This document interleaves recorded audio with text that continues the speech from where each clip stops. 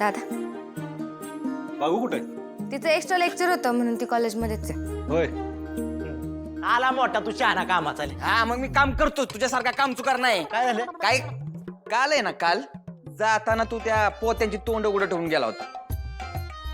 मला दिसलं मग मी बंद केलं, नाहीतर केवढ्याचं नुकसान झालं असतं दादा, आहे का नाही? अरे त्याचा काय फॉर्म्युला होता पुढे माहितीये का? ती पोती ना पोती अशी मोकळी हवा पिण्यासाठी ठेवली होती रे. कसला फॉर्म्युला? त्यात जर किडे घुसला असतं तर काय केलं असतं दादा? मी सांगतो यो व्हिडिओ कॉलवर असतो, व्हिडिओ कॉलवर. हा तू लक्ष दे, नाहीतर आपल्याला नुकसान होईल, नुकसान. मला काय म्हणायचं तुला कळत नाही पुढे कसा असतो तुला परत एकदा सांगतो. दादा मी तुला सांगतो तुमचं काय आलेलं सुरू झालं? अरे थांबा की जरा, काय चाललंय तुमचं? चहा पिणार आहे का तुम्ही? व्हिडिओ कॉल चहा नको. नाही मला चालेल. हा, ठेव, ठेव, मला बी ठेव. काय रे काजू, हा आज सूर्या दादाची लवकर आठवण आली. हा म्हणलं काम होते. काय आई दुकानातला माल संपला होता ना, आणि ते काय झालं आपलं रोड लय खराब आहे ना पावसानं. ती मागे बी ना ड्रायव्हर ती येत नाही इथं. आता आम्हाला जावं लागणार, त्याशिवाय पर्याय नाही ना. म्हणून दादाकडे आलो. दादा झाले तुझं? झालाय माझा फोन, आपण लगेच निघूया. हा सूर्य ऐक ना, माझं आत्ताच छोट्याशी बोलणं झालं होतं. तिला थोड्या वेळात स्पॉट पंचनामासाठी पोलीस घेऊन जाणार आहेत. तू येतोयस ना? ठीक आहे, जाऊया चल. एक मिनिट. हा बोला. हॅलो, सूर्यकांत जगताप ना? हा होय. हां, ते मी स्पॉट पंचनाम्यासाठी फोन केला होता तुम्हाला. जर तुम्ही स्पॉट पंचनाम्यासाठी जर उपस्थित असाल ना तर खूप बरं होईल. म्हणजे कसं सगळ्या गोष्टी तुमच्या नजरेसमोर होतील, शंकेला काही वावच उरणार नाही. चालेल की येतो. ओके.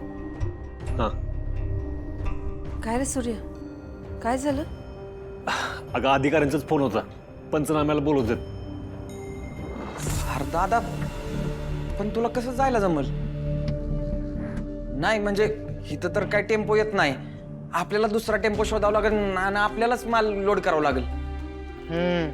दादा अरे 3 दिवस झालं दुकानातला माल संपलाय. कस्टमर येतंय तसंच बिन हाती माघारी जाते. सारखं कस्टमर असं माघारी जाणं म्हणजे दुकानासाठी चांगलं नाही ना. हा काय करायचं आता? हे काम पण आत्ताच यायचं होतं.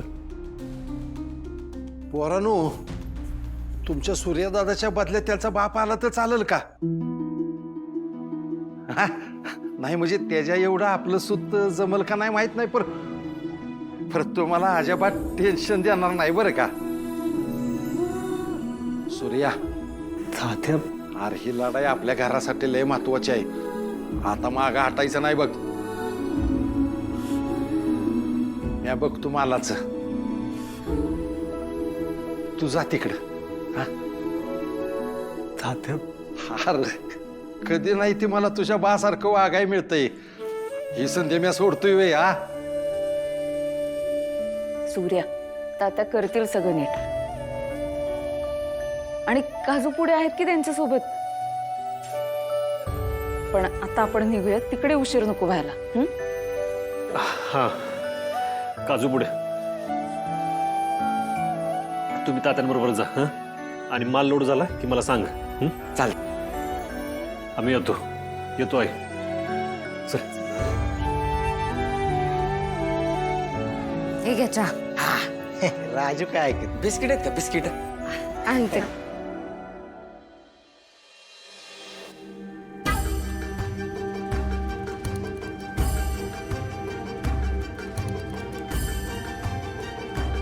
काय आई साहेब, चालला का लढायला?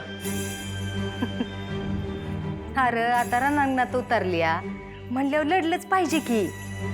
सावत्र आई कशी असती हे तुझ्याकडे बघून कळतं बरं का. जरा पण दया येत नाही का तुला माझ्यावर? माझी सख्खी आई असती ना तर कधीच अशी वागली नसती. अरे तुझ्या सख्या आईचा जीव घेतला तुझ्या बापानं. तिच्या फिरमाचं वाईट जरी उपकार मानत असतील का नाही तर माझ्या बाजूने लढ, आणि तुझ्या बापाला त्याच्या पापाची शिक्षा करायला मला मदत कर. ए तुझं भाषण आहे ना तुझ्यापाशीच ठेव. नवऱ्याच्या इस्टेटीवर मजा मारायला मिळावी म्हणून त्याला जेलमध्ये टाकायला निघालीस ना तू? काय माहित नाही का आम्हाला? एक गोष्ट लक्षात ठेव, डॅडी म्हणतात त्यांना, ते परत इथं येणार आणि तुझा योच माज जिरावणार का नाही? माझ मला नाही, तुला आणि तुझ्या बापाला हाय, आणि तो लवकरच उतरल.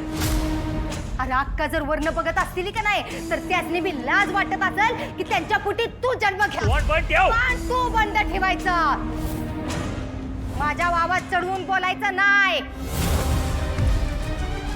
आणि तसं बी मी जी काय करते का नाही ती चांगल्यासाठीच करत्या. माझ्या अक्कासनी आणि सूर्याला न्याय मिळवून त्यासाठी करत्या. त्याच्यामुळे माझं जी काय व्हायचं असेल ते होऊन दे, भेट नाही मी कुणाला. तुला आणि तुझ्या बापाला जी काय करायचं असेल ना ती करा जावा. ए, मी काय करू शकतो ना हे अजून बघितलंय कुठं तुम्ही? जर का डॅडींना जेल झाली तर तुला एक दिवस पण मी या घरात राहून देणार नाही. अगं या घराचं सोड, नाही तुला या जगातनंच गायब केली ना तर बघ. मॅडम चला.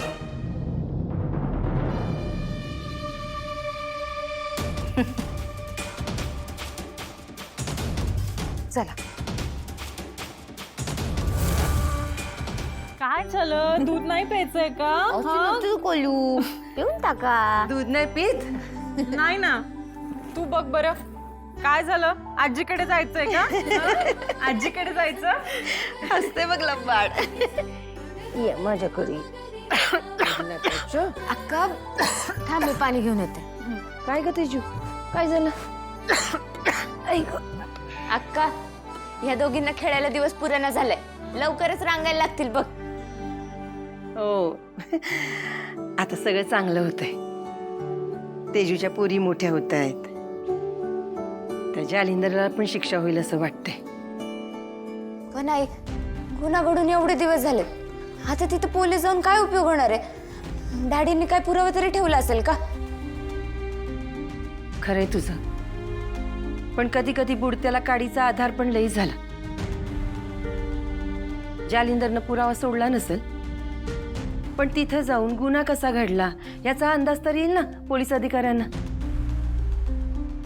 हो आई, पण गोष्टी घडून पण किती दिवस झालेत आता. मला नाही वाटत पोलिसांना काही पुरावा सापडल.